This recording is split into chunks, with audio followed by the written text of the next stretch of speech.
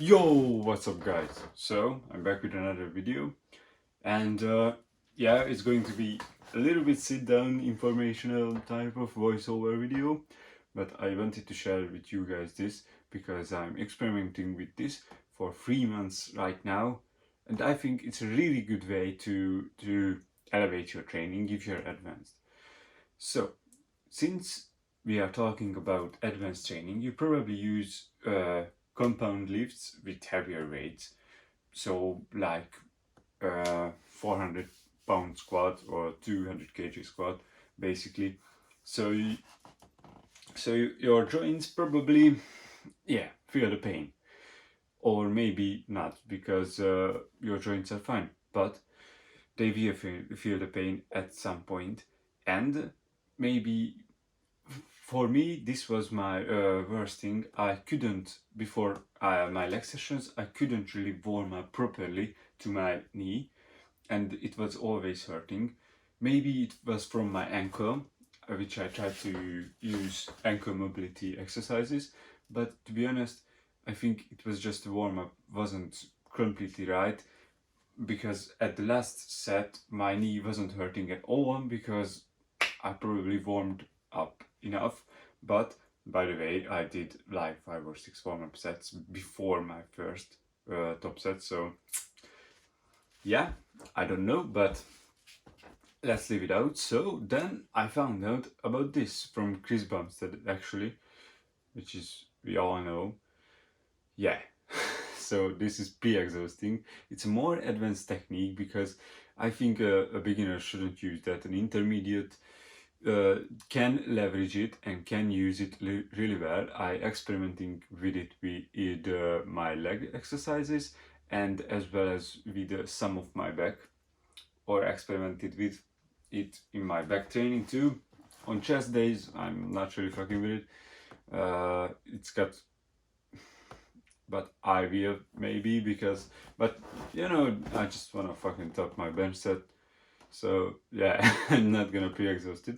But by the way, pre-exhausting is kind of a really strange animal because sometimes you get stronger after a pre-exhausting set. So let's see what is pre-exhausting.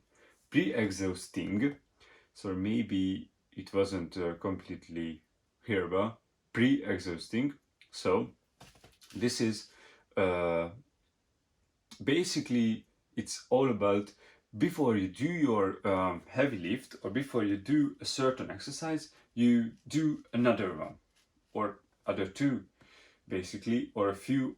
It's not a warm up, it's a complete exercise, a 4 set or 3 set, or who the fuck knows how much you do sets. And basically, you're going heavy on it, not too much heavy. uh, I I go maybe a little bit too heavy, but so basically, I hope you got what is the pre-exhausting. So basically, it's an exercise before your really hard exercise or your main exercise. That's basically it. You don't go too heavy on it.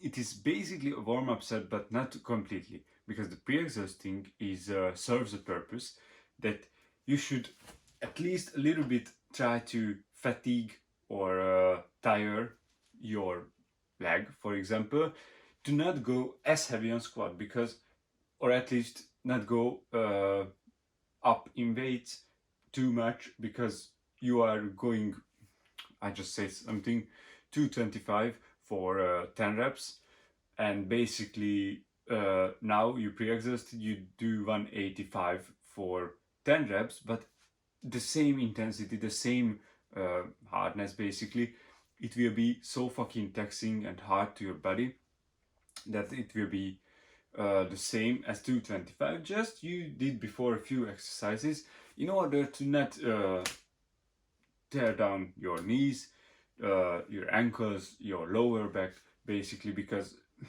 yeah, everybody knows a little bit less the weight is good, but basically with 225 and 185, it's not going to too much matter, because that's a big weight for a lot of people and it's a big weight for everybody, but that's not the weight that's going to tear down your knees and fuck your joints up. So, but with a 405 squat, it's going to be fucking hard. So yeah, this is why pre-exhausting, in my opinion, is really good. So yeah, guys, let's get into the voiceover. So guys, here with the voiceover.